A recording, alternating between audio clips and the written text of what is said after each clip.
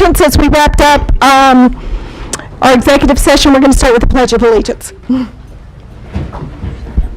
I pledge allegiance to the flag of the United States of America and to the republic for which it stands, one nation, under God, indivisible, with liberty and justice for all.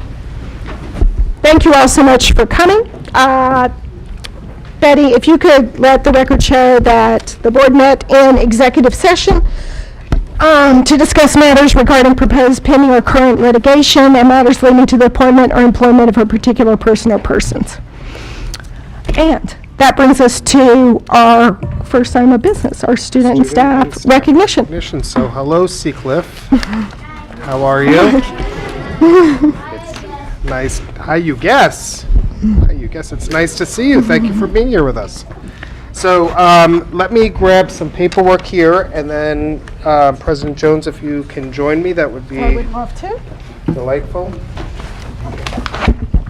You.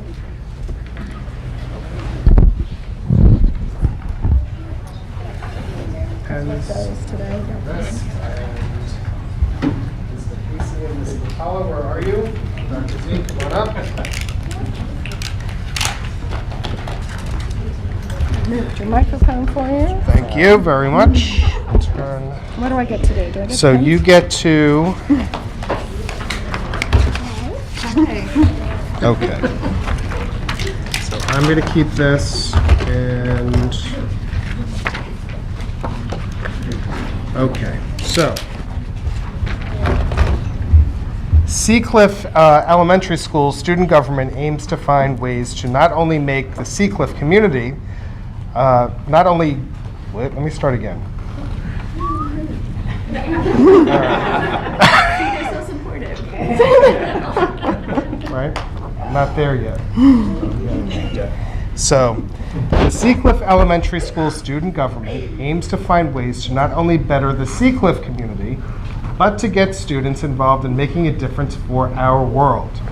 Last year, as part of our Winter Spirit Wear sale, that is a mouthful, students raised $500 to donate towards hurricane relief efforts. They researched different organizations and decided to donate this money to Habitat for Humanity. So thank you very much for that. It's terrific. And two of the students, thank you. So two students are now in the middle school, but we want to make sure we include them as well. So Eliana Gonzalez and Taylor Sylvia, where are you? Okay, so when I call your name, come on up, we're going to give you a certificate, you'll get a nice pen, we'll shake your hands, and then we'll take some pictures. There we go. So Maggie Collier, where are you? Come on up. Well done. Congratulations. Anthony Conway.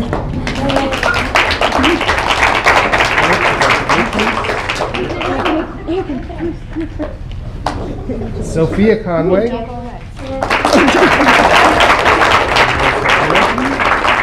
So everybody stays because we're going to take a picture at the end. Okay. May Curiali.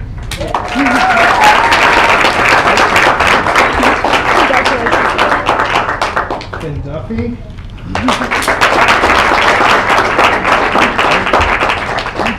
Congratulations.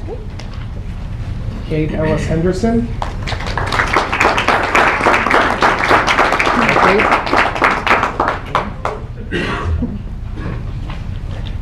Thomas Ellis Henderson. He's not He's there. not here either. Are they out building houses? Yeah. Eliana Gonzalez.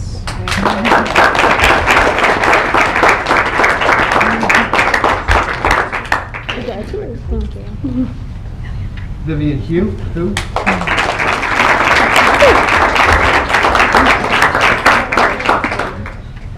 Joanna Kenny.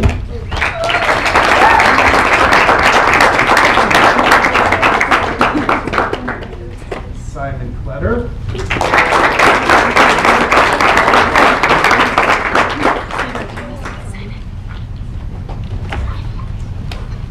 Moses. Did I say that right? Ika. Okay. Ika Moses.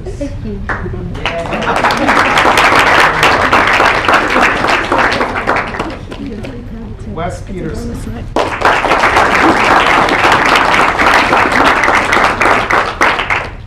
Mia Pinto.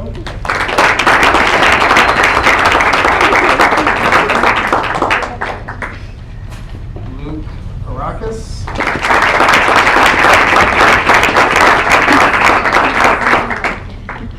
Taylor Sylvia.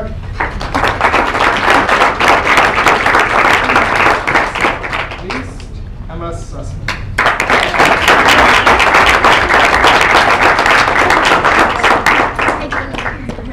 Anybody in 5M this year? MPD. Remember we did the first day of school? Yeah. Crazy time? Crazy? Luckily today was picture day, so we are well rehearsed. Exactly. So we're gonna do crazy photos tonight. Okay, so take a look out. Oh boy. Okay, now check.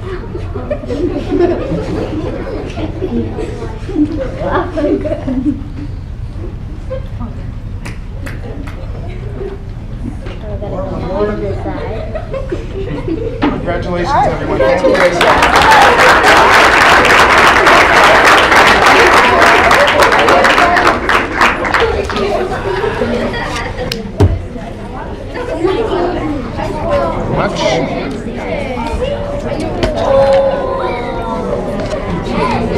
All right, great, thank you. Okay, Christine, where are you? Christine, come on up.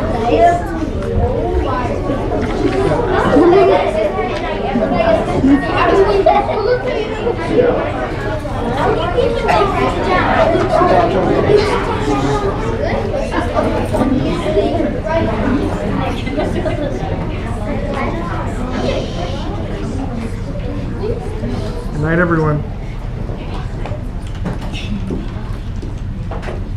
Oh, she's gonna, did she walk out the door? No, she's getting her violin. She's getting her violin. Okay. That's interesting. What's that? That's interesting. I didn't see her. I saw her and then she was gone. Okay, so Christine Ramirez, come on up, let me brag about you for a minute or two. Okay, how are you? Good. Very well. So Christine Ramirez has received a Long Island Scholar Artist Award. She was one of 20 students from schools throughout Long Island to be recognized as a scholar artist. Students selected represent the highest level of artistic excellence and superior academic achievement. As part of the application process, Christine submitted a recording of herself performing the third movement from the Carmen Fantasy composed by Camille Saint-Saëns. Sen? Says so, but it's okay. All right. It's fine. It's fine. Thank you. It's fine, she says. Right? The Presto movement from Sonata No. 1, composed by Bach. In addition to this accomplishment, Christine is currently attending the pre-college program at the Juilliard School. An article.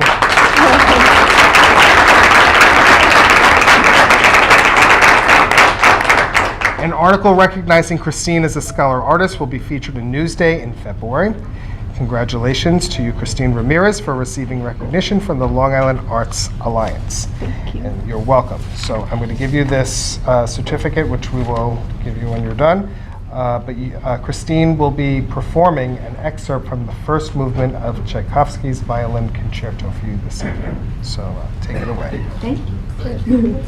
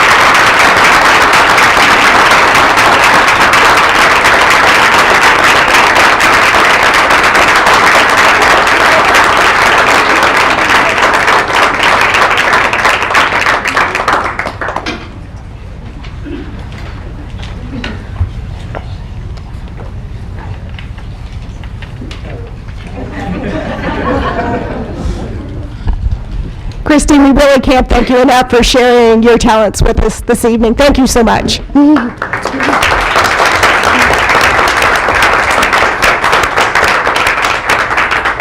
just pass me those?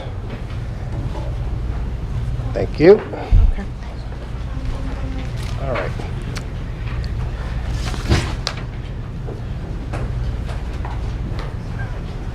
Good night, guys. Did I get pens? Yeah, we have pens too. Okay. So last but not least, thank you for coming. Good night.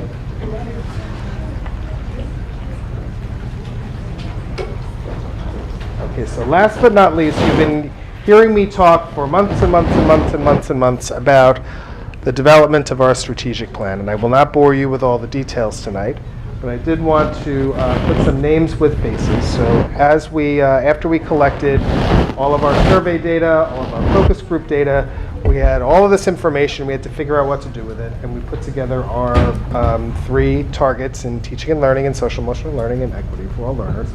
And then after that, we had a mountain full of information to sort through and research. And so I reached out to some of our really fine thinkers in the place, and we set up 2 co-chairs for each of the 3 pillars of the plan. They were co-chaired by 1 teacher and 1 administrator.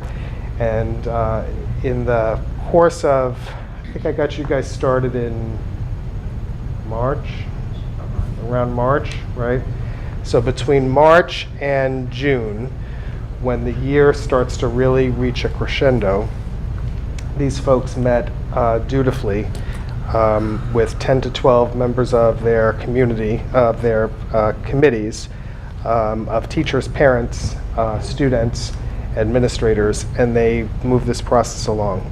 And so I wanted to take some time to thank you very much for your hard work. And so we had, for the social emotional learning pillar, that was co-led by Linda Binion and Dan Maz. Dan Maz is a math teacher at North Shore Middle School. Linda, as you know, is our Director of Counseling Extraordinaire.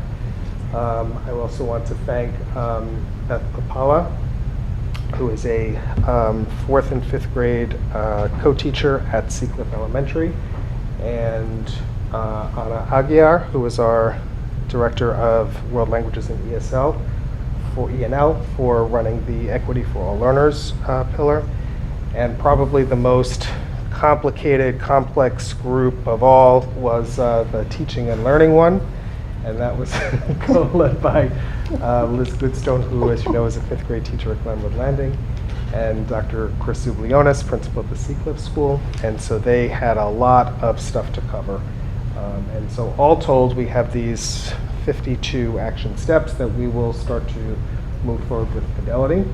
And so thank you all very much. And then before we bring them up, I did also, I don't see her here. Is Lynn? Didn't make it. She didn't make it. Okay. So on top of that, in the spring, I had reached out to Dahlia Rodriguez and said, Dahlia, I have this, I want to think about some kind of graphic that will kind of encapsulate the concept of the strategic plan. And so she went and talked to one of our art teachers, Lynn Johnson, who has been here before, and sort of met with me and talked about what I wanted to achieve with all this, and then she got to work, and she did this all on her own time. And for those of you who haven't seen it, I mean, she even worked on this over the summer, sending us drafts. So it captures, it's going to be hard to see here, but it captures the Viking ship, the waves, the pillars of the strategic plan, and the sort of forward movement of moving the place ahead. So we're really excited about it. If she were here tonight, I would be giving her a certificate as well. But when I call you up, please come and get your certificate. We'll take your picture, and I will give you my profound thanks for your good work. Okay. So Lynn is not here. Anna.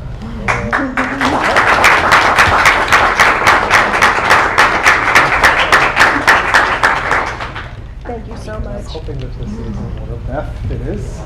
Linda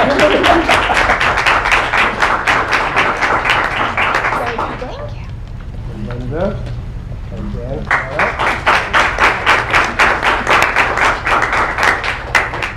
Thank you very much. And Dan, come on up. Thank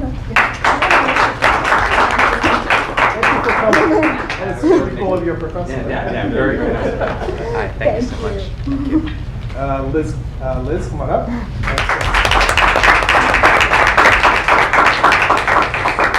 And Chris, you go. It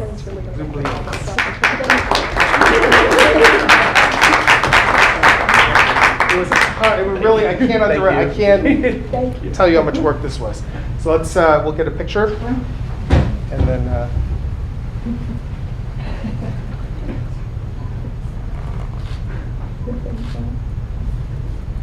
Thank you so much. Thank you very much.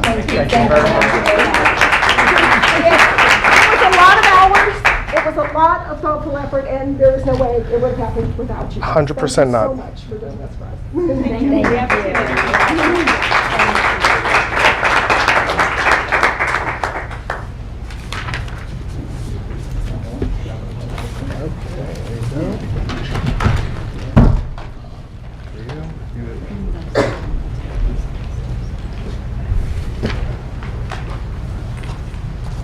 And, okay.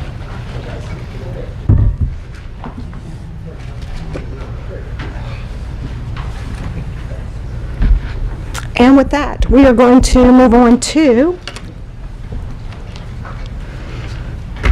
the approval of the minutes. Trustees, do I have a motion? Motion. Do I have a second? All in favor? Thank you. We will move on next to the report of the superintendent, Dr. Gene Resnick. Thank you.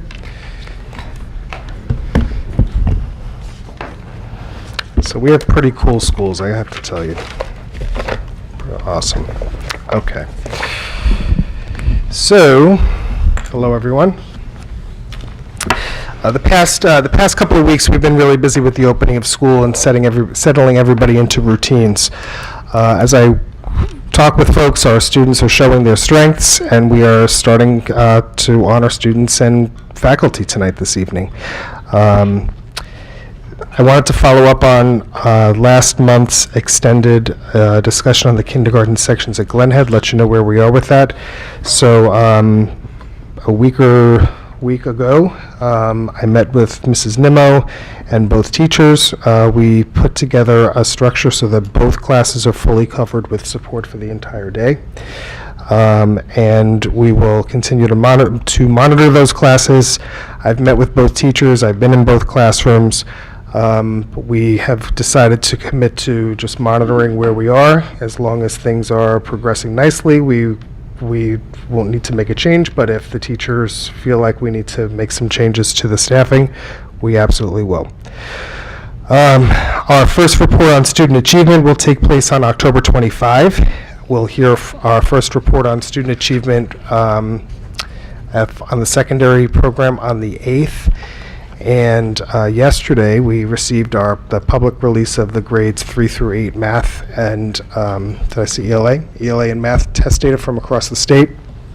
Very preliminary in the process, but what we do know is the results are incredibly strong. In the aggregate across the districts that we generally compare ourselves to, and we'll dig much more deeply into this in a few weeks, our North Shore students have done super well. The opt-out movement does limit our ability to make some strong comparisons to what's going on, but we're generally pleased with how the instructional approaches that we take and the practices that we're using in literacy and mathematics are really driving good instructional outcomes for kids. This is not a district where you will find a lot of test prep, and I appreciate that. These are the results of good instruction. So when we say teach the curriculum well, the tests will take care of themselves, this is clear evidence that is true. So we did, Rob Klobicki and I spent some time on this today. We looked at, and we'll get much deeper, but just to give the board a sense of where these came in at, in all the grades 3 through 8, the percent proficiency for ELA was 82%. And that puts us, that was the third highest ranking in the 12 that we compare ourselves to. The ELA mastery rate was 45%, and that was a ranking of 2 in the 12 that we consider as our peers. In mathematics, 86% of the students across the district were achieved proficiency. That was a ranking of 4. And at mastery, 54%. 54% of the children in North Shore, 3 through 8, got a level 4. That's pretty remarkable. And that was the third highest in the group that we compare ourselves to. So what's important to note is that the assessments are truly only one very small measure of student achievement. They are a snapshot of what kids know and are able to do on a few days of the school year. We define success and achievement much broadly than that, and so we'll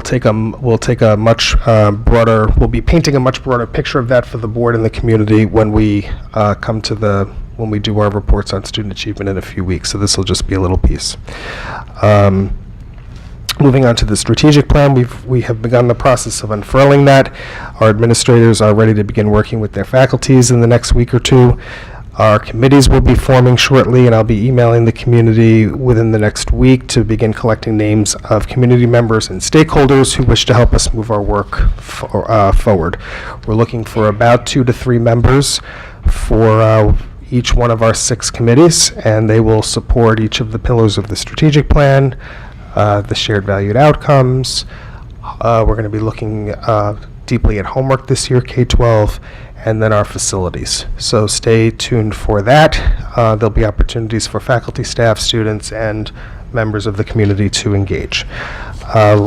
Lastly, I am really looking forward to the CASA event at Tappan Beach this Saturday that's being held from 10 a.m. to 3 p.m. It'll be a day of wellness and fun for all. So I'm all in. Excited. So thank you very much. Thank you. Welcome. We will move on to our report from our SGO representatives. Hi, I wasn't here last week, so my name is Michael Albanese, and I'm also a co-president of the student government with John. This week, our biggest thing was the freshman elections that went on. On Tuesday, there was the speeches from the freshmen that were running, and throughout Tuesday, throughout lunch periods, we had the voting take place with other student government officials sitting at the table outside the cafeteria. And we just finalized the voting, and we're currently in the process of counting up all the votes. So we also made more progress on preparing for homecoming, which is in about 2 weeks on October 13th once again. We decided on an overall theme of community, right? It was community, yes. So we voted in the SGO, and our theme this year will be community. Also for homecoming, we have the major thing that the SGO is taking on this year for homecoming is pep rally, which takes place the day before homecoming. So you want to talk about it? Yeah. So for the pep rally, we were asked by the athletic department and also by Mr. Cousins to take on a bigger role in trying to find ways to make it more exciting for students and bring together the student population in a better way. And one thing that we will be doing is trying to create more. We usually have a cage volleyball game between students and teachers, which everyone seems to come together and really love. We're trying to add in a basketball game or tournament that goes on between the teachers and the students.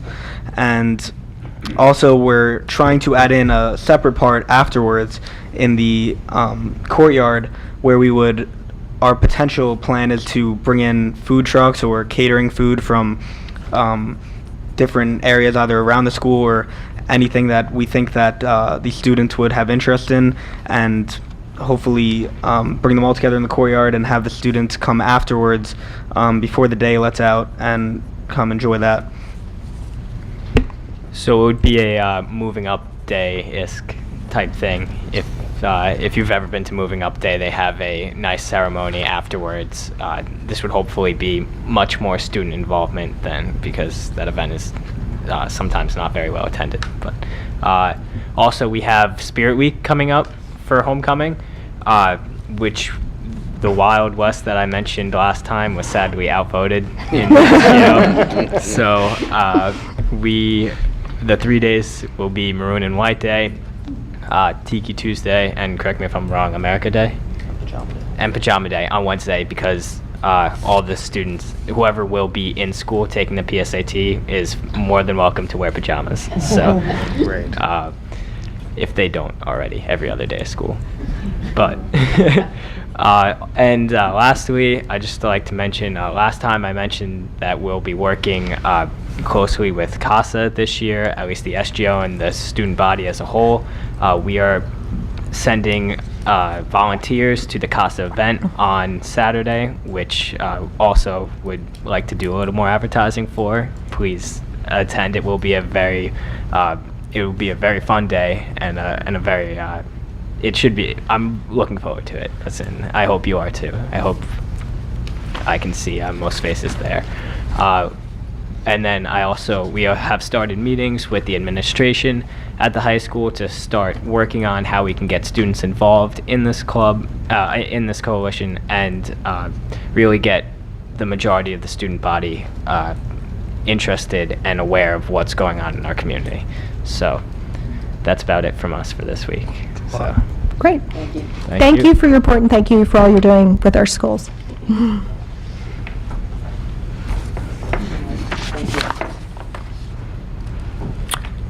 Okay, we are moving on to the regular business section of the meeting, and we are going to open with comments from the public. If anyone has a comment they would like to share with the board, if you would please approach the podium and give us your name and town of residence. All are welcome.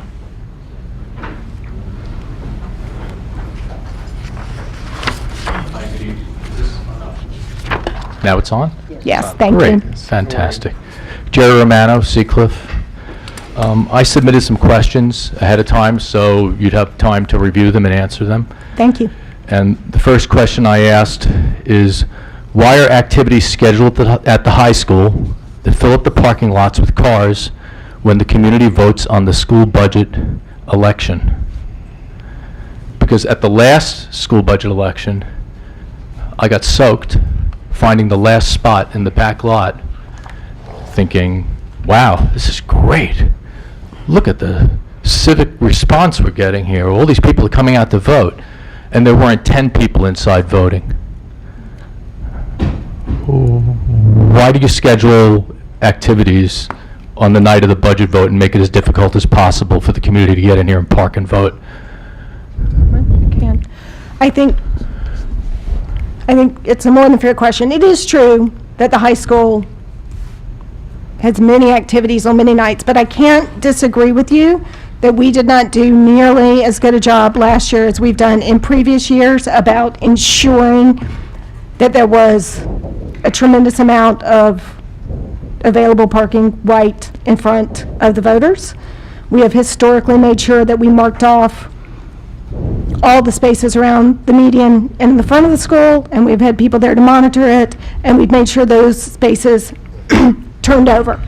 And from my perspective, even when I was there at 10 o'clock in the morning, I was surprised by the parking situation. I think Is the school open? Do you have classes that day? We do. we do. So I think we can do much better job. But there were no classes at night. At 7:30 at night, there were There were no. no classes, there were, So why would the parking lot be frequently. filled at night? you had, there were things there, but I think But why would you regardless- schedule, I guess what I'm getting at, really simply, really bluntly, why would you schedule activities that fill up the parking lot, that after people like me and everybody else in this community who go and have jobs and work all day and come off the train and they're exhausted and they're driving past the parking lot and they see it filled up with cars and they go, oh, forget it, I'm not getting soaked to go in there and vote, why am I going to bother? Do you know what best practices is? Do you know what that means? Is anybody confused about what that means? Because if you are, I'll explain it. or if anybody wants to know. Best practices means you go out and you're going to operate in the best possible fashion. And in that case, the people who are working on the polls would be asked to park somewhere else, across the street, down the block, so the important people, us who come in and vote, and maybe them too, can vote. All right? And you wouldn't schedule activities or anything when we're coming in to vote, or do it someplace where there's plenty of parking. Do it somewhere else. Do it at the libraries. They got nothing going on. They're dead. I mean, does that make sense? Does it make sense? Do you want to make it as easy as possible for people to vote, or as difficult as possible, because you're making it as difficult as possible? Why? You don't know. And you've done this forever, and it's a little game we play. All right? The game has to stop. It stops now. Okay? Or I'll say what I've said before. We could just get rid of all you and have Manhasset run the school district and give $3,000 a year back to me and everybody in this community, because we'd be paying less taxes. That's one. You don't have an answer. I didn't think you would. Okay? Mr. Romano, I believe that President Jones answered your question. She acknowledged that there was an issue. She acknowledged that we need to look at it. So, You need a solution. okay, so we've I heard... can't believe I'm telling you this. This is like if you ran a restaurant, you tell all your employees to fill up the parking lot so your customers couldn't park there? Is that what you would do? Somebody needs to tell you that? Come on. I'm not an idiot. The people in this community aren't idiots. They're out here shaking their heads saying, hey, you know that guy's right. Can't believe you brought it up. Nobody else has ever said it before. Can't believe I have to tell you. If you ran a restaurant, would you tell your employees to park in front of the front door? Probably not. Frankly, I believe I agree with your point. I said I shared your concerns, even starting earlier in the morning. I believe we've done a better job in the past, and I indicated that I think we have to do a better job of preserving those whole strip of spaces for parking spots that will turn over quickly for the voters. Great, fix it. Okay? It's really simple, fix it. I can't believe I'm actually telling you this. Okay? This is like basics. It's the real basics of running any kind of organization. All right? And you mailed this out, the program budget highlights, back in, when was this? May of last year? Yes. You're touting about how great the ELA testing is and how well students have done here. The teachers organized a boycott of the ELA test, right? A lot of students didn't take the, they did. I got a mailer, it was on their website. You don't have to dispute it. They organized a boycott, all right? It said opt out, mailed us back to the school. I got it at home. I could bring it, I could show it to you. You got it. If anybody in this community got it, it got mailed to them. So this got mailed home, and it talks about 6th graders had the second highest average scores on the ELA test. 8th graders had the highest proficiency scores. I can go on and on and on and on. What does that mean? Over 30% opted out. Did only the high achieving kids take the ELA tests? What is it? It's meaningless. Like, how do we, what does this mean? Every meeting I've ever come here and asked questions about why you're spending so much money, you've told me that academics are not important. This is not, there's so much, we do so much more than academics. But here in this document, where most of the students opted out, not most, a third opted out, you're touting how great they did. I think it's a bunch of baloney. I think you don't have the statistics to back this up, and I bet only the kids who achieve well and the parents who know their kids do well on tests sent their kids to take the ELA test, skewing it completely. I'm willing to bet on that.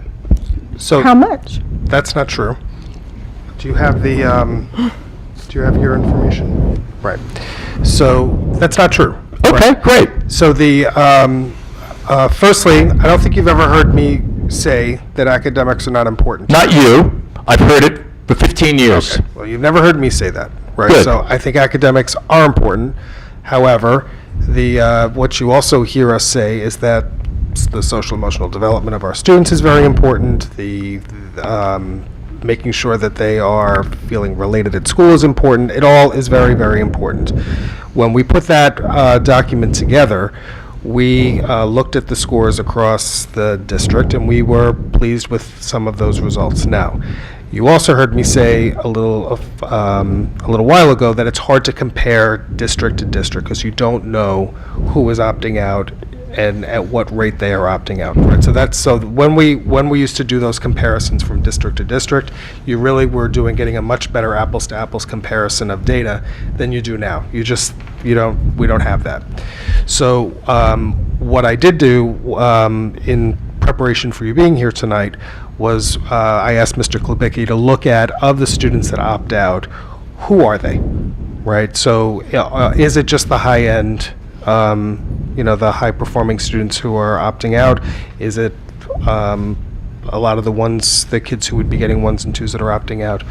That we did that analysis, and it is not true. There is a higher percentage of special needs, kids who receive special services who opt out, but the number is much smaller than the general population. So we have all of that. We have all of that information. We can go through all of that. We'll build it into our report that's coming up in a couple of weeks.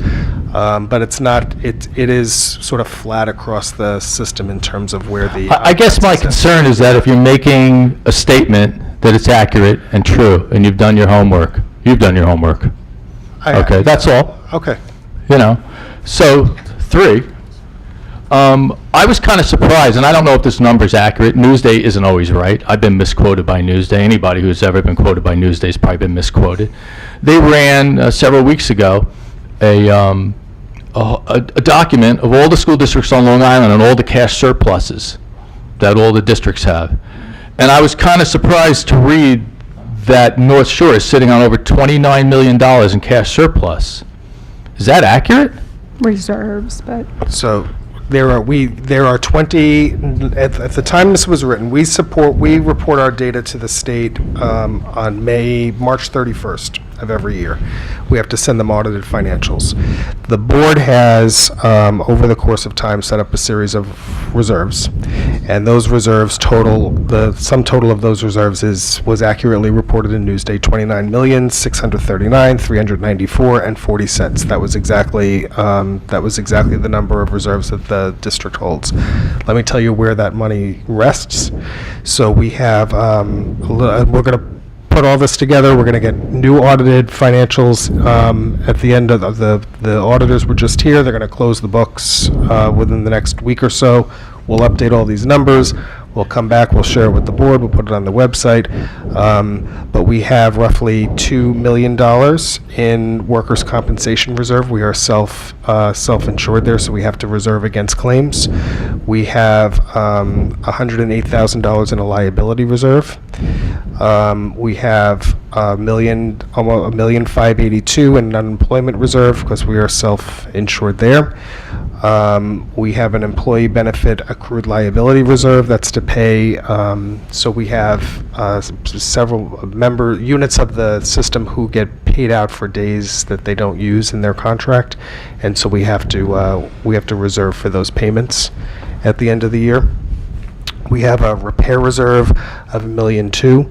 And we have all the projects listed out, so we set money aside. You can't do new work on those projects, but you could repair things within the district. So I'm sorry. So then the $29 million plus that they quote, are those all things that are in reserves that you need to use or might anticipate needing, kind of like insurance or upcoming expenses? Some, yes. So Newsday didn't tell the whole story. But I don't think they did.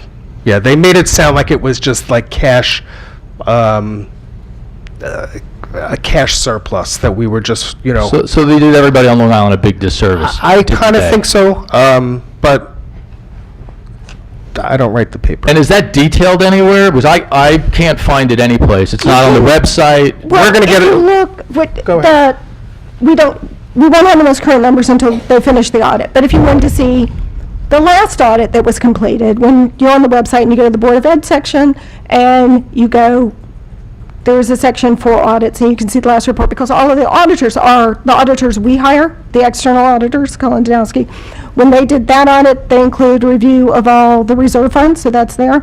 And this is harder It's to in the find, budget like book as when the well. state comes in and looks at our financials, if they saw a problem with the reserves, they would report on it, because that is in Newsday all the time when they find school districts with extra funds. But for us, there was nothing, and so they You looked know, I at don't have a our lot fuel of, logs I don't have a lot of instead. faith in New York State. They're the same people that screwed us with the whole American water deal, so, It's fair. yeah, I'm not so sure We about do that. have- I only believe in myself and what I read. But we have Okay. our own external auditors that we hire, and that report is online, and there'll be a newer one as soon as it's All right, but ready. you have a breakdown of that 29 plus of it. million dollars, Absolutely. why it's there, what it's for, All of when it. you plan to spend it, and all that. Yes. Great. The only undesignated money that we have, the districts are allowed, if this was in the Newsday article, districts are allowed to have up to 4% of their budgets in case, you need money, right? Ours is higher, and the reason why ours was reported as higher is because of the LIPA reserve, right? So when Senator Marcelino and Assemblyman Levine gave Right. give What's us called the state aid. glide path. The glide path, Yes. that came in the form of state aid. We don't have a reserve, a specific reserve to put that in. We've been lobbying the state to get a special reserve for that. So it is sitting in the unrestricted reserve of that 4%. So when you see there were lots of districts that were over the 4%, that is the reason why we are over 4%, because there's 5,134,878.52 related to the LIPA glide path. Right. So that's why that explains that overage. But we've laid out last year through the budget development process a usage schedule for these things, and so for where the insurances are, we have to, they are insurances, so we don't have a usage schedule. But for the ones where we are using them, there's a planned schedule for using them. And you can see in the budget newsletter how, for better or worse, depending on people's perspective, that our spending from reserves has been increasing over the past couple of years. And this past budget you voted on last May, that reserve spending was a good bit higher than it's been in the past. Okay, thank you. Okay. Thank you, Mr. Romano. Do we have someone else for public comment? You're more than welcome. Okay, we will move on. I'm so sorry. Yes, of course, please. Hi, Emily Dalto, Old Brookville. Just have another question with the kindergarten class size. You've spoken to the teachers, Mrs. Nimmo. Could you maybe elaborate a little bit more? I'm still concerned about the class size. And another question I have, is it part of the curriculum for my 5-and-a-half-year-old to watch Cars 3 on the second week of school? Excuse me? My son came home. I said, "Hey, Anthony, what'd you do today?" And he goes, "Oh, this was Tuesday, the day before we were off for the holiday." And he said, "Oh, I watched Cars 3 before I went, my bus buddy came to meet me." And I confirmed it with a few other parents, and they were surprised to find out that their child also watched part of a movie on the second week of school. I mean, the only reason why I would put my kid in front of TV is I have to get certain things done, and that's my concern, why we have such a large class size, and again, the teachers cannot handle it. So firstly, on the movie, had you spoken to the classroom teacher about it? No, I didn't. Okay. I didn't want to put her in an awkward position. All right, or Mrs. Nimmo? No. All right. So I'll follow up on that and find out. I mean, I've heard before, this is nothing new. This has been going on in Glen Head for, quite a while. I don't know if different grades, but it's not, when I talk to other older parents that have had kids in the district, they've heard of that. Okay. I asked another parent in Seacliff, and she was very surprised. I don't think it happens in Seacliff, but I know it happens at Glen Head. All right. Well, I can follow. I don't know about it, so it's hard for me I mean, to say anything about it. My 'cause only concern is when you're putting the teachers in a position where, well, I'm going to depend on them to give me information of how the class is doing. That's their job. That's their livelihood. Are they really going to be 100% honest? Yes. That's my concern. You're putting them in an awkward position where, that's just my feeling. All right. I understand that. I don't believe that is the environment that we've fostered with one another. So I feel Okay. confident that I've met with both teachers and the principal, and we've had a good, honest conversation about it. I trust them, to advise me well on what's going on Okay. in the classrooms. I appreciate it. Thank you. honestly, honestly, I do. So, so far they're reporting that things are fine. I mean, so it's kindergarten, and some kids are a little more wiggly than others, and we're gonna work that through. But like I said, I've said to you before, and I've said to the teachers, and I've said to anybody who's talked to me, you will, your children will be well supported without hesitation. I promise you. Okay. All right, Okay? thank you. You're welcome. Thank you. Is there anyone else before we move on? You're more than welcome. Okay. We'll move on with our resolutions. We have up first, we have Action A is our personnel items. Thank you all for coming. Thank you, trustee. Do we have a second? Second. Do we have any questions or comments? All in favor? Thank you. Action B is the approval of the amendment to the agreement with the Assistant Superintendent for Instruction. Do I have a motion? A second? Second. All in favor? Thank you. Action C is approval of amendment to the agreement with the Assistant Superintendent for Business and Personnel Services. May I have a motion? Motion. A second? Second. All in favor? Thank you. Action D is our approval of our budget transfers in the amount of $99,000 to cover professional development primarily. Do I have a motion? Motion. Do I have a second? Second. Are there any questions? Okay, so I have a couple. On the budget transfer for Columbia's Teachers College, it says it's a grant in here, but that grant money could be used for other things if we want it, correct? It's not a grant specifically for Columbia's Teachers College. But there are specifications for what you can use the grant money for. So, for example, Title I money is used to support students, and Title II monies are for professional development. So it guides you what areas, but doesn't tell you what you have to do in those But if we areas. wanted to use the money for Yeah. something other than, And we have. for other professional development, we would not have to use it for Columbia's Teachers Yeah, College. over the years, we've used it for Columbia's Teachers College and for the Math and Focus, for both. Okay. So my next question is on the Columbia's Teachers College. We had a presentation a few years ago about Columbia's Teachers College, and I'm wondering now that you've had students go through the whole program, do we have any metrics or measures of the success of Columbia's Teachers College, and where it could be supported? For instance, I know there's a gap there in grammar in Teachers College. You know, what have we done to plug those gaps? Yeah, go ahead, Peter. So we're actually doing an external audit on this year. We're bringing somebody in from the outside to look at the literacy program K through 12, and we've got a planned report on that to the board on May 9. So that will all be studied this year. Because we've not really gotten real metrics on it. Okay. So it would be interesting to see if we have some measures, and there have been, some comments about the good and the bad of the program. So I would really like to see, because it's expensive. We spent a lot of money over the years on it. My other question is on the budget transfer for $11,250 on racism. Is that a second budget transfer? Is that a second presentation, or is that a budget transfer to cover the presentation over the summer? That should be from the summer. Right, there's only one. That's what I just needed clarification on that. Thank you. Anyone else? Okay, ready to vote? All in favor? Thank you. We have Action E is the approval of a change order for web construction for Phase 3 at the high school in the amount of $2,800, which is additional. Do I have a motion? Motion. And there was a second. Questions? All in favor?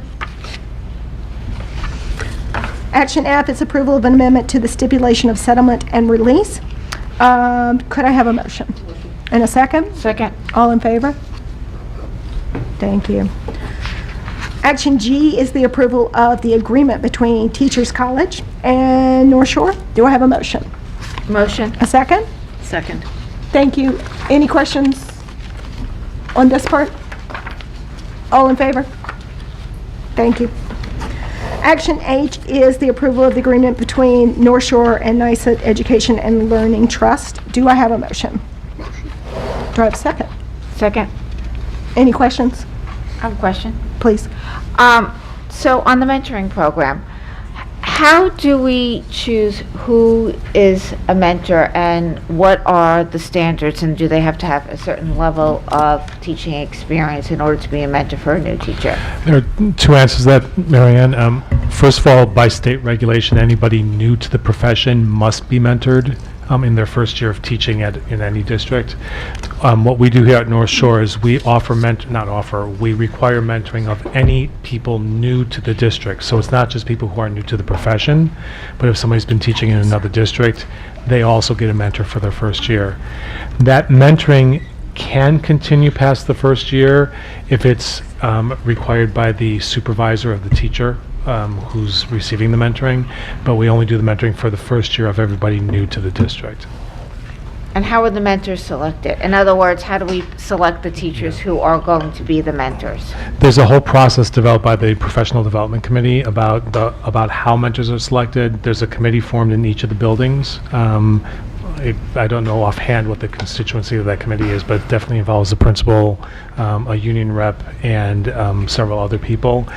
An application is made from people who wish to be mentors. Those applications are made and directed to the principal of the building. Those applications are reviewed, and the committee makes the decision as to who will be paired up with whom for mentoring purposes. Oftentimes we don't have enough people who wish to be mentors, so various times when that happens, what will happen is that the principal will reach out to certain people and kind of tap them on the shoulder and ask if they would be willing to be a mentor to an individual. We rarely have the case where we don't have mentors or we can't find mentors for teachers, but the initial stage of it is based on application from teachers who would like to be mentors. Those applications are reviewed. We don't always select the people who were applied to be mentors in each case. Sometimes we have an overabundance of people who apply and we can't use all of them, so a decision is made by the committee. Okay, thank you. You're welcome.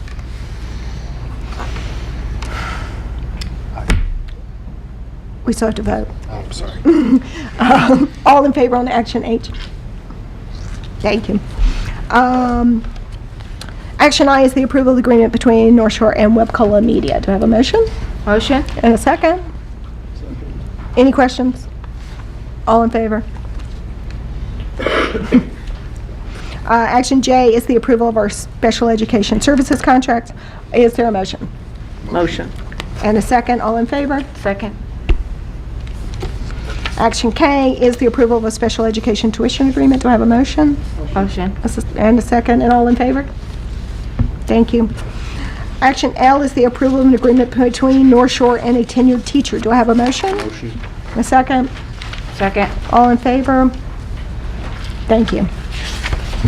And Action M is the approval of the agreement between North Shore and Achieve Beyond. Do I have a motion? Motion. And a second? Second? All in favor? Thank you. And that brings us to N, which is a discussion of committee reports. Do I have a committee report? Yes, discussion. Dave? So the Construction Steering Committee met on September 18th. For the administration, Dr. Girizzi, I'm sorry. Been called worse. Dr. Chirizo, Olivia Boazzi, and John Hall were there. Sarah, Marianne, and I were there as well. A representative from our architect was there, from our engineer was there, and our outside estimator was also there.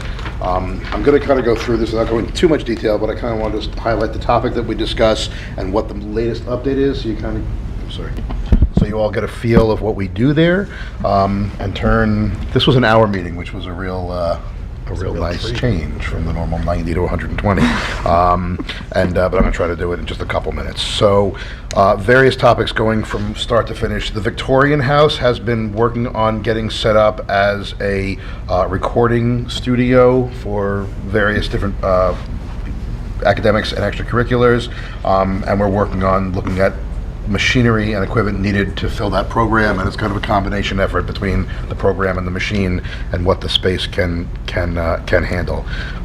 For capital construction projects, the high school mansard roof, as some of you may have noticed, the panels that were installed are not correct. The color is off, and so to make a long story short, they will be replaced at no additional cost to the district. Or recoded. Pardon me? Or recoded. Or recoded. But the, Scanned, I think, Jeremiah. pardon me? Or rescanned, I Scanned think. was their Or rescanned, term. yes. And one of the concerns about the reskinning is the durability. So that would come with an additional warranty. That would be required. As we know, the high school entry plan was not included in this most recent budget and was not included in an add-on that we talked about, so that's still back up for grabs, or discussion, I should say, to be discussed as part of a future budget. There was an issue with gas tank monitoring throughout the district that had come up from an outside audit, which we resolved by changing to an electronic monitoring system, which is 2/3 completed now, and it's running well from what we understand. We're working on a network cabling project, which is waiting on state SED, so we can go ahead. As many of you know, there are long delays and many requirements and hurdles and paperwork and evaluations, and so unfortunately things don't move smoothly like when you're doing work in your house. And Dave, some of that is covered by grant money, I think we That's should correct. point out. That's correct. The bond referendum, Phase 2 bond work, which was a previous bond, these are previous bonds that have been authorized that were nearing the end. The Phase 2 bond work, the last piece was a middle school elevator, which is now closed out, so that will be removed from our discussion. And then the Phase 3 bond work, there are still a few items in the closeout phase, but we're very close to the end on that one. Capital reserve, the current capital reserve, meaning not the one that we just approved in this most recent vote, but one that we had approved in a vote in 2014. There was some sundry work, Seacliff boiler, a high school HVAC program, and those are in closeout phase. There's 2 unit ventilators at the high school that will be scheduled to be worked on in the summer. We are still evaluating an RFP for an alternative energy photovoltaic program. That's still in work. We have discussed and will discuss today the bond referendum going forward. The future capital reserve has a lot to do with air conditioning large spaces throughout the district, and we're making progress. We've selected units. We're writing up the paperwork to submit to the State Education Department, and the goal is to get it in as soon as possible so we can try to get that at least in some phases before next summer, but I wouldn't be too optimistic. Is that a fair way to say it, Olivia? Yeah. Okay. During next summer. We think We're hopeful. The work done during next summer, so it would be done before the opening of school next year. We are hopeful that it can be done that way, but I would say there is still hope. There's still a thin hope that we could maybe get a space or 2 done before graduation ceremonies, for example. I'm just hoping to get it done over the summer, but We can all hope to varying degrees of something. We'll have different If this is degrees of miracle, hope. this would be the side of it. I'm not putting it in the miracle category, but we'd have to get pretty lucky to get through. But there's still some hope. I'm retaining some hope, at least, as you can tell. Not universal, but we'll see. The repair reserve projects, there were some elementary school windows with balance issues that have been completed. There is the abatement of a soffit area around here on the outside that is still being worked on, and they're looking at some different options for resolving that.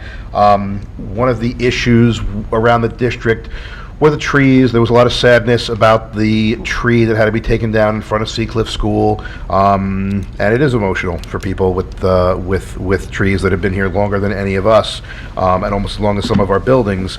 And as a result, we contracted with an arborist to go through a review of all the major trees in the district and do an assessment and make sure that we were proactive. So we identified trees that unfortunately were not long for this world before something dangerous happened to anyone on our property. And so there were a few more trees that were taken down. I believe there is a policy of 2 up for every 1 down, and we're going to try to focus on faster growing, hardier trees that can sort of become mature faster, so we can get back to where we want to be.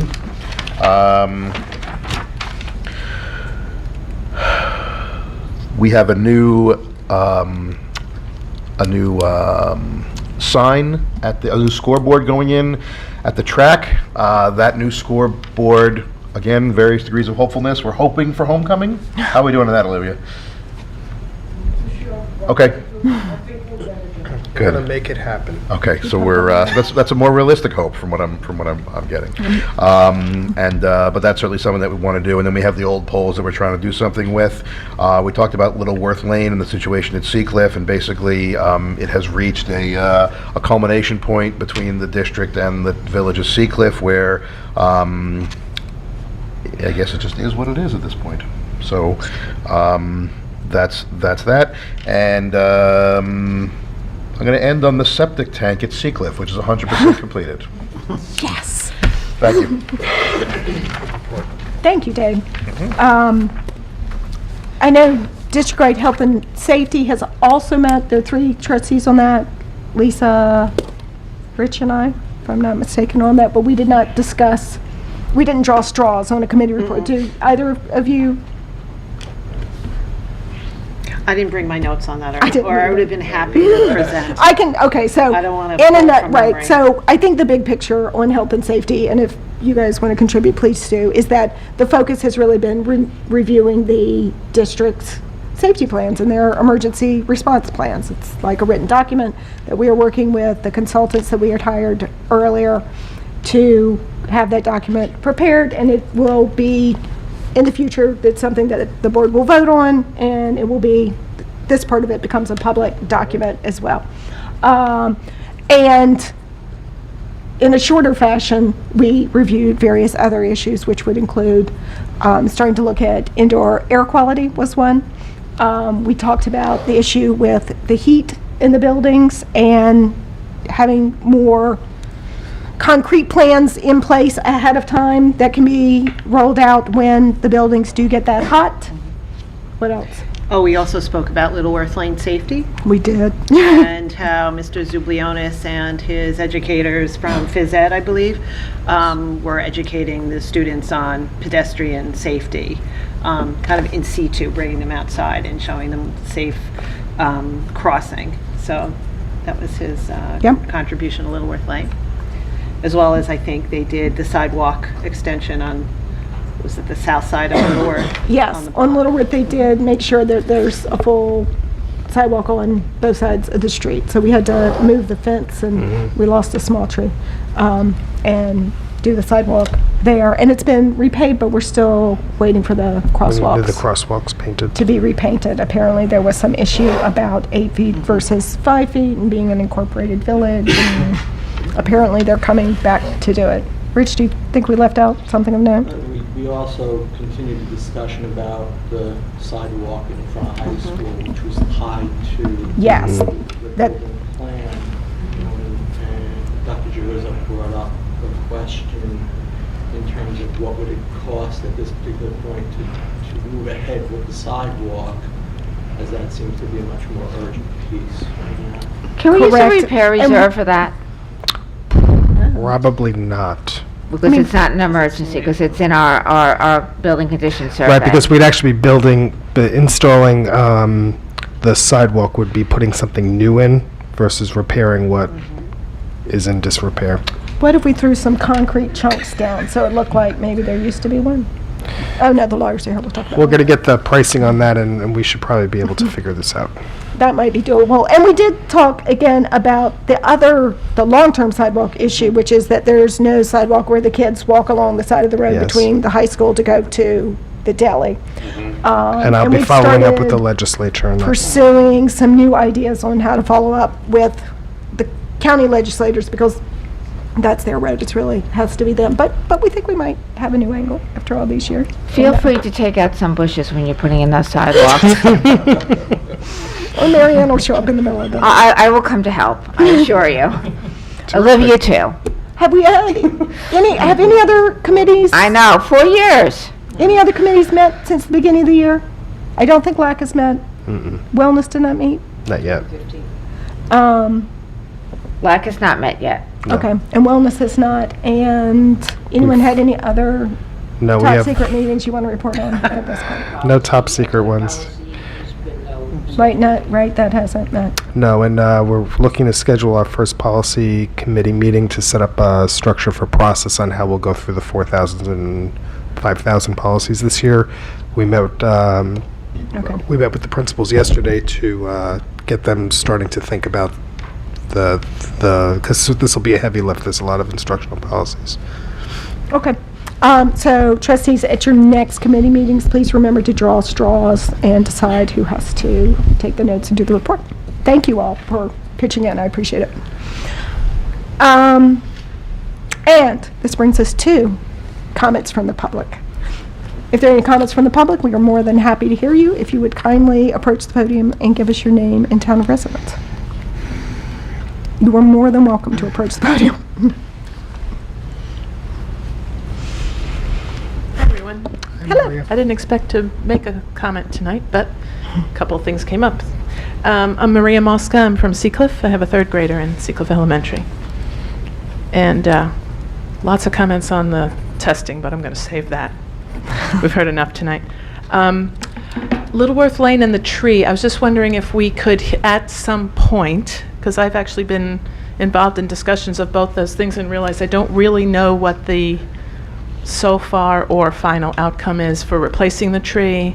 For those who don't know, I manage the little garden. I know those who work in the central office know who I am, though, because there's some When we serious see you, we stalk you. there's serious problems going across the street. Right? So I just would love to know what the plans are. It was indeed tragic to lose that tree, but unfortunately things happen. And About Littleworth what? Lane. Do you, we can, there Can is, you- you can- have some news about the trees. He has more detail if you want. Do you want to hear I some? was delighted to know that there was an arborist, and but I don't know what. I know it's being replaced with something, but I don't know what, and I would love to know. So what's happening out there is sadly the beech tree died. And so we took it down, we preserved the stump. We took some cross sections of the tree that were there, and we're having them planed right now. And that will be turned into a tabletop for the children, for part of the outdoor. The stump will be. Yep. It'll be shortened, though, right? It'll be It's kinda shortened. tall Yeah, right yeah, now it's for- better to leave a little higher and take more will be than. like- Yeah. So yes, that's what's going to happen with. So we're trying to preserve the, the history of the tree Right. within on the property. Okay. We have not made a determination on specific species yet. Oh, good. For replacement. So I just got an email from Chris Zublionis this afternoon. I know that there's an interest in collaborating with the village on that, and we're certainly open to. Good idea, probably. We're certainly open to that. So we have not selected a species, but we want to put it. We've committed to planting 3 on the property.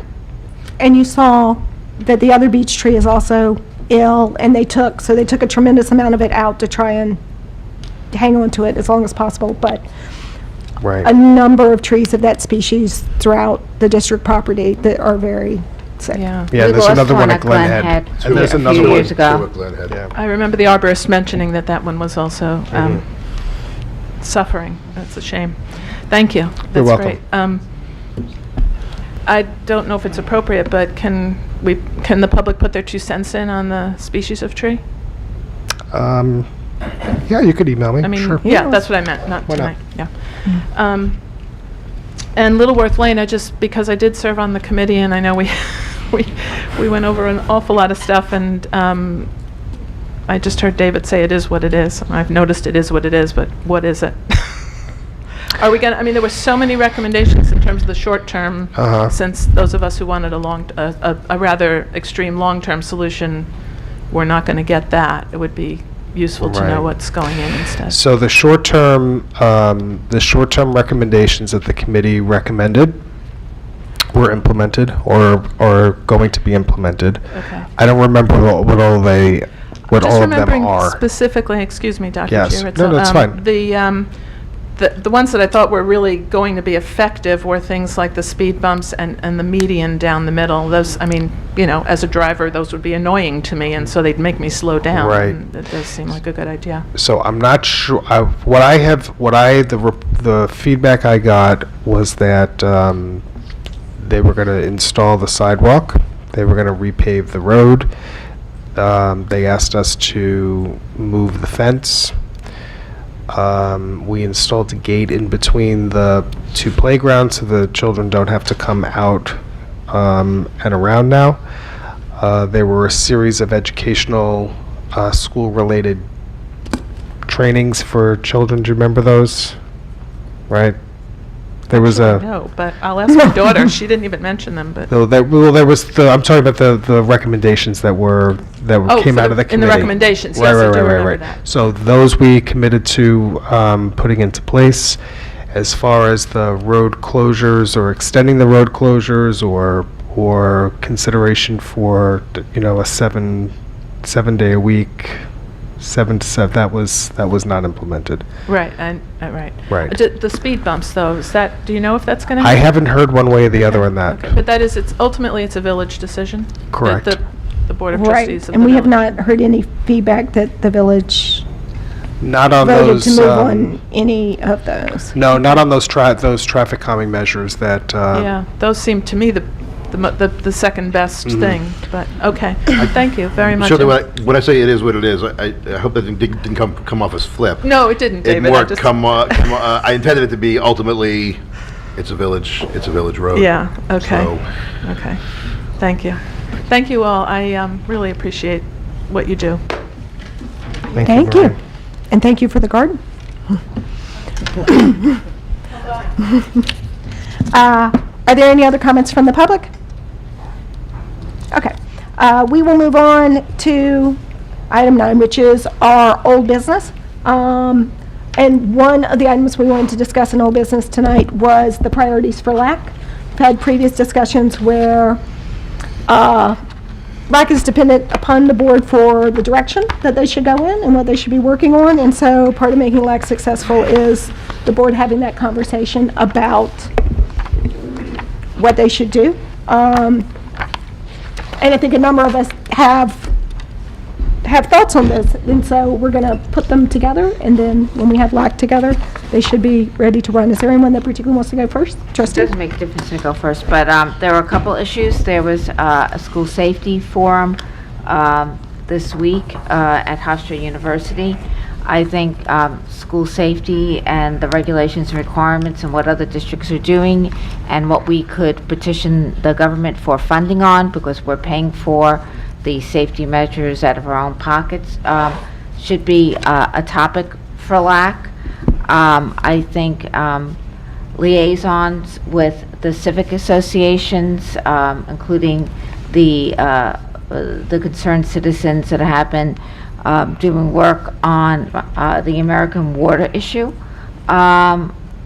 should be a topic of conversation about how we interface with the civics so that the district and the civics are all not taking oppositional stances, but are working together to try and achieve a better outcome for the district and for our community. And those were two thoughts I had going forward. Okay. I'm just going to go down the table then, in case. Lisa, do you have anything you want to add? It's funny, you stole my ideas. I don't Because know. you're so smart. Well, some days.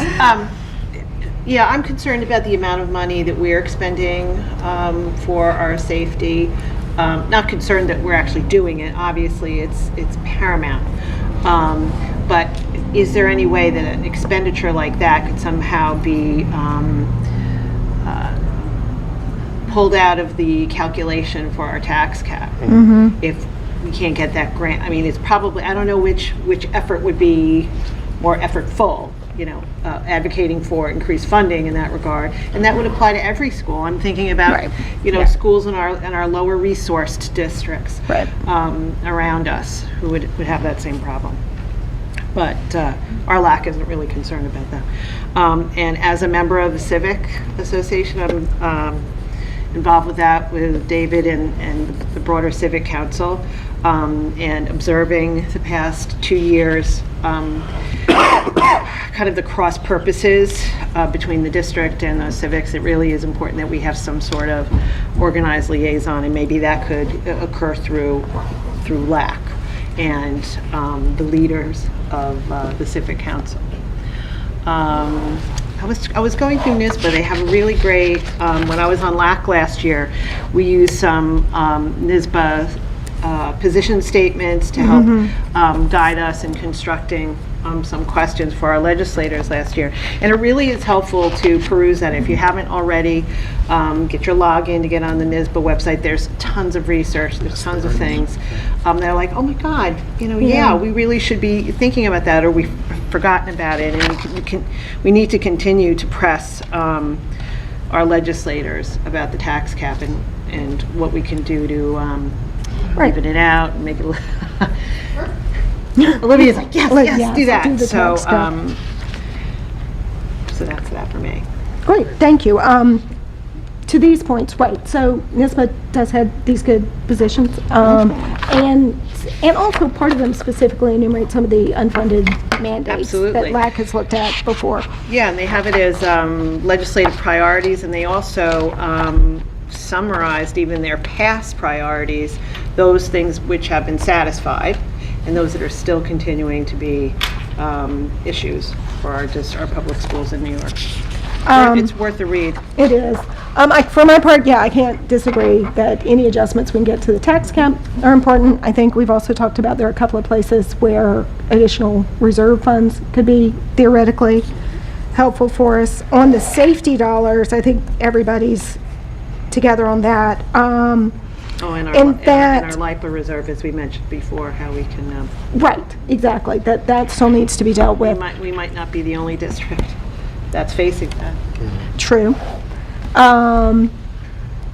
With the security dollars, last year at some point with SuperLAC, Garden City had drafted a letter and had done a good job of sort of enumerating what their costs were. So there are definitely other school districts who are more than happy to work on that issue too. And part of, I think, our reprioritization is if we find it that we need to reconnect with Manhasset and Syosset in our efforts. Not Syosset, Garden City. and Yes, Manhasset. and Peter has actually been. So funny that you Has say got that. that. I was up in Saratoga with Dr. Kusum Sinha, who's the new superintendent in Garden City, and Dr. Butera, who's the superintendent in Manhasset. And since Vincent and I were both new last year, and Garden City had an interim, the SuperLAC didn't get a lot of legs. But I've agreed to spearhead getting that in motion. So we're going to start with the three of us getting together, and then we'll get the groups together. I've got a couple more thoughts, but let's hear from everybody. Okay, so with regard to New York American Water, I like the interfacing with the civics and all the work that they're doing, but I wouldn't mind also focusing on specifically how it affects the district. Certainly, the eternal question of us as a tax-exempt entity paying tax-borne increases never seemed right, and perhaps that's something that we could have them focus on. The PSC, what Cuomo has said versus what happens November 7th and going forward, assuming that the election becomes behind him and he is still in office, and how that's going to affect us. So that's a whole area I think that I would like to have us work specifically on the New York American Water effect on the district. And related to that, I guess I would propose, I like the subcommittee structure that we've been talking about. I think almost an Albany update subcommittee, informing us of what's going on in New York State regarding schools. Certainly APPR and the recent effort to tie the Title I funds which died, or at least is in a slumber. We'll see what happens after the election. But that was something that affected us, and I think I would like LAC to bring that kind of thing to our attention. Certainly, if the Democrats take the Senate, there's going to be a lot of funding issues potentially in our favor. Certainly, policies related to charter schools that could be important to us, and even smaller things. There was a law July 1st requiring access to feminine hygiene products for all girls and young women in schools in ages 6 to 12. That was just passed July 1. That's the kind of thing that if we had a subcommittee knowing those things, they could bring that to the board's attention to make sure that it was part of what we were doing. They're in there, by the way. Pardon me? We've implemented that. And that's something that I would just like it to bring so we can let the public know and let us know what's going on as a board. And then finally, not specifically as something to task LAC with, but something I think would be important. I think we need to look at the bylaws and just review. There's a couple things in there that maybe need a little tweaking. It could be something small as words, but having our new attorneys look at it and having us look at it, there's a couple things that you can see they made some changes throughout the years, and it needs to maybe be a little buffed, spruced up. Fair enough. Rich, you have any thoughts? I think most things have been covered. I think Lisa's idea about looking at the municipal legislative talking points and using those to sort of focus some of the work of the group is actually a really good idea. Okay. The on-board paper, I think, came yesterday or the day before, and there was an article related to state goings-on, and actually some statements like what if Governor Cuomo is reelected, and what they were predicting may or may not happen related to school funding, and maybe bills coming before them. So that if you get it, put it wherever you have some rest time in your house that you could pick it up, and because they're quick reads. I'm enjoying them. Maybe I'll check in with me in 2 years. I might not anymore, but as a newbie, I'm digesting everything. But they're quick reads. They're well written and contain relevant information, which is key. So okay, that's my third suggestion of the night. That's great. Joanna, do you think have we left things out? Yes, I agree with a lot that has been said. I'd also like to encourage LAC to work with the state legislature regarding age-related sales of drug paraphernalia, length of prescription drugs. It appalls me that the openness in which we're assigning jewels in our community. Jewel looks like a computer stick. It's the new and improved nicotine delivery system. It's become a tremendous problem, so it's not very well regulated. So that would be very interesting. Okay. Your point about with Super LAC is, although we wouldn't do a full-scale legislative night this week, Super LAC has in the past done small, very limited legislative breakfasts with the members, and I do think, I don't know if you disagree, but I think that was a helpful strategy, that was depending more, on I the think, timing. the LAC people. I don't think was- they were. Right, it was just Super LAC and their actual, their committee members. It superintendents wasn't- and their, Right. Absolutely. It wasn't a public forum like we had. and very useful Very helpful. for what it was. So we could still do that. I think we've covered a lot of things. We're always a little on pins and needles on what will happen with LIPA, and it's certainly, if LAC is in place, we could need them for something. I think, in my mind, the only thing that we didn't discuss that I would be interested in is I think we dodged the bullet on the state deciding that we could have to redirect our Title I funding if we couldn't get our participation rate to 95%. And I think you all heard tonight that our participation rate is not 95%. But I think there's still a lot of other issues on the testing, and I think most importantly for us in the past has been the fact that even though there is a moratorium at the moment, the law still says that the APPR, how the teachers are evaluated, is still heavily dependent on those test scores in a way that really robs us of a lot of local control and isn't helpful to us. So I think that's an issue that still has to be looked at. I think we can keep LAC busy. I don't doubt that at this point. Anybody else have any further thoughts?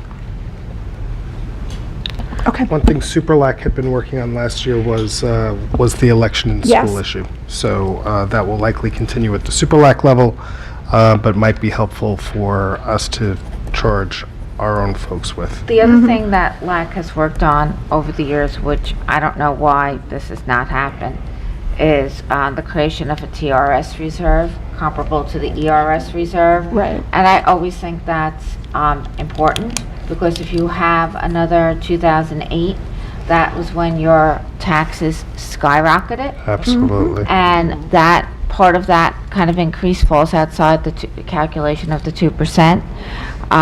So taxpayers could see a significant increase, which is of no fault of the district, but is rather a function of the mandate under the pension requirements for the teachers union and the municipalities, which really you would have to have a legislative solution as to making up that funding based upon the actual evaluation. So although we've been working on this a long time, I do think that the creation of a TRS reserve is an important priority for this district and for all districts, and that is something maybe we should continue to focus on.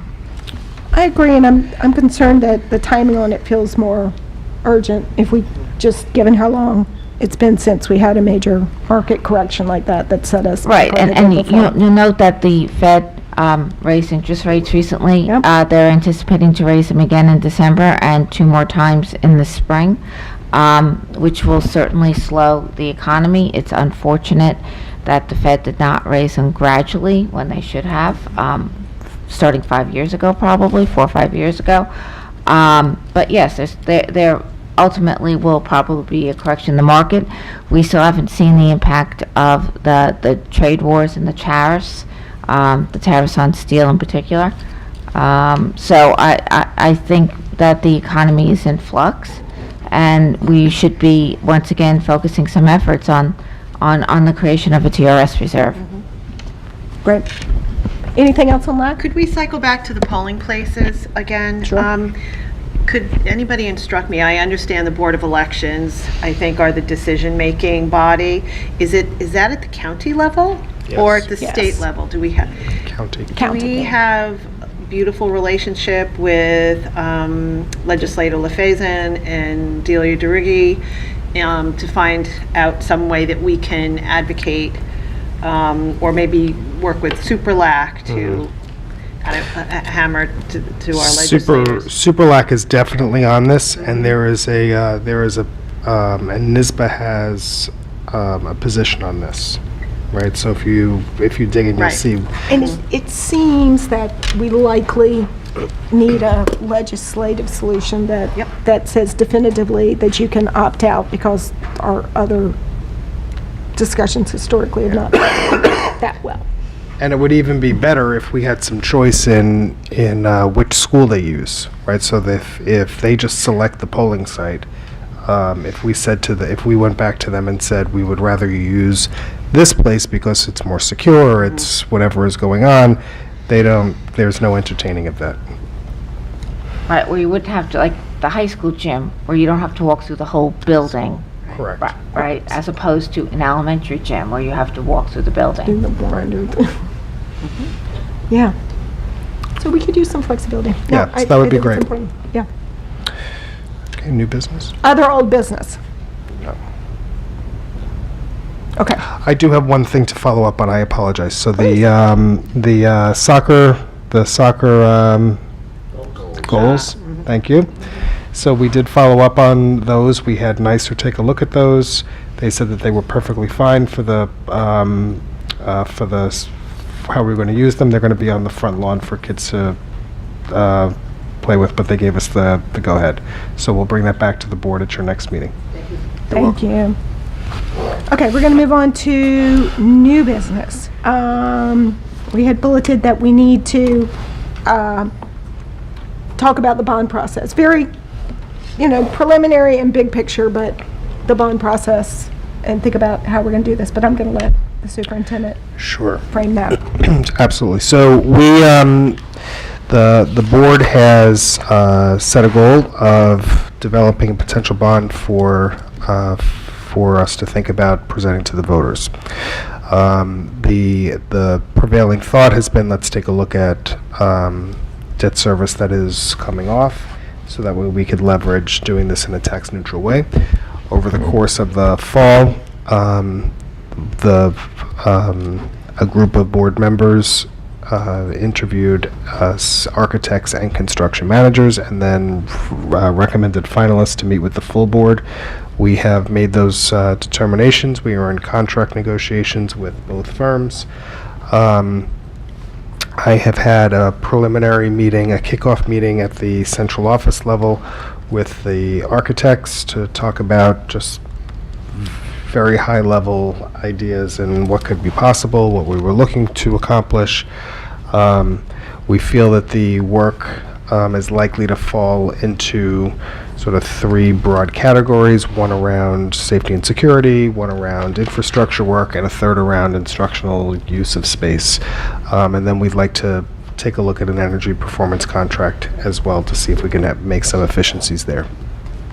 So we then had a second meeting where we dug a little bit deeper, and at that point in time, the architects had suggested that we establish what we are calling a bond steering committee, which would involve 3 members of the board: myself, Olivia Bawatsi, John Hall, Rob Klebicki, a place where we would talk through process, work through ideas, make recommendations to the full board. All of the decision making would happen at the board level, not at the committee level. And so we have set up that next meeting to happen on October 4, for them to come back and meet with us and the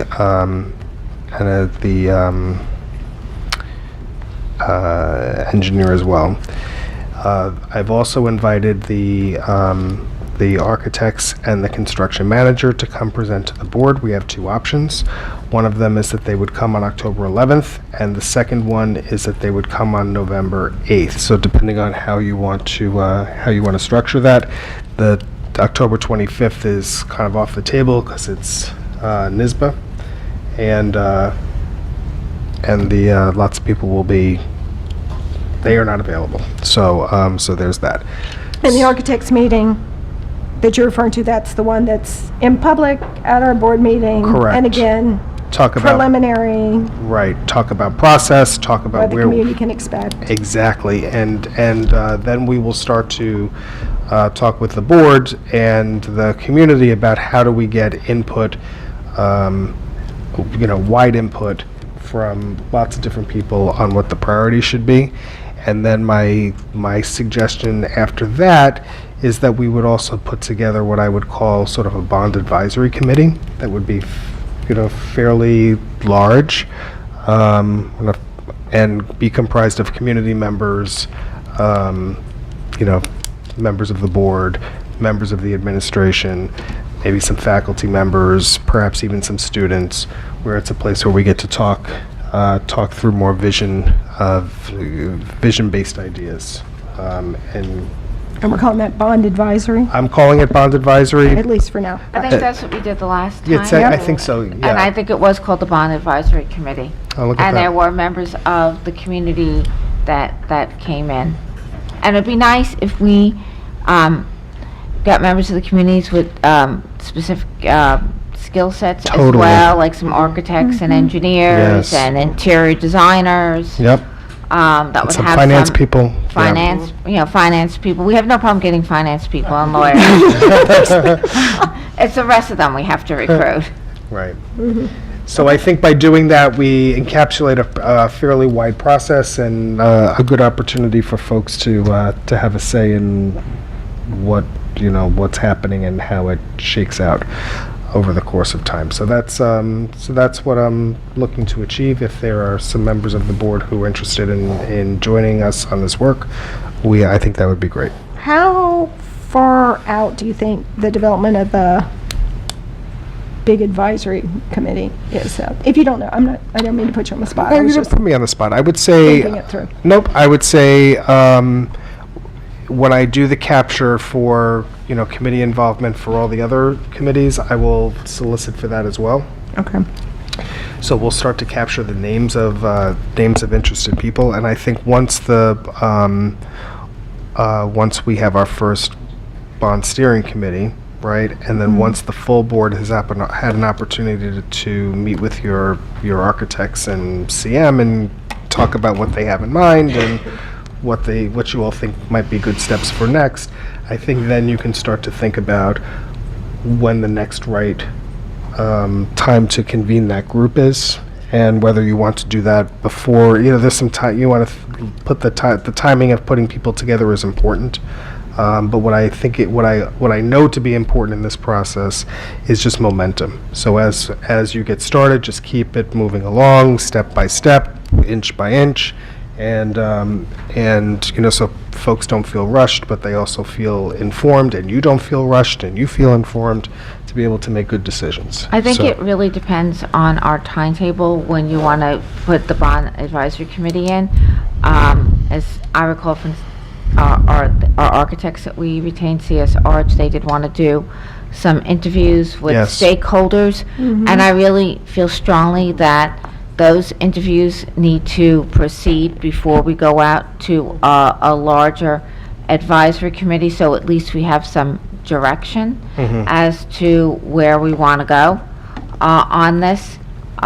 So I would say that we would need to do that legwork and groundwork before we expand the scope of the people involved. Because hopefully, if the architects do their job properly, they will have tapped into all the different sectors that Yeah. we would like to draw from on the bigger picture. I think one of the things we had talked about in previous iterations of this bond concept was, that we wanted to improve upon this time, was casting a very wide net within the community to make sure that we really got a lot of feedback from all constituents to really inform the process. So I think that should come before that advisory committee, that it should inform the advisory committee and help set its own at the outset. You start large, and then That's exactly how we built, we'll follow a similar process to how we built the strategic plan.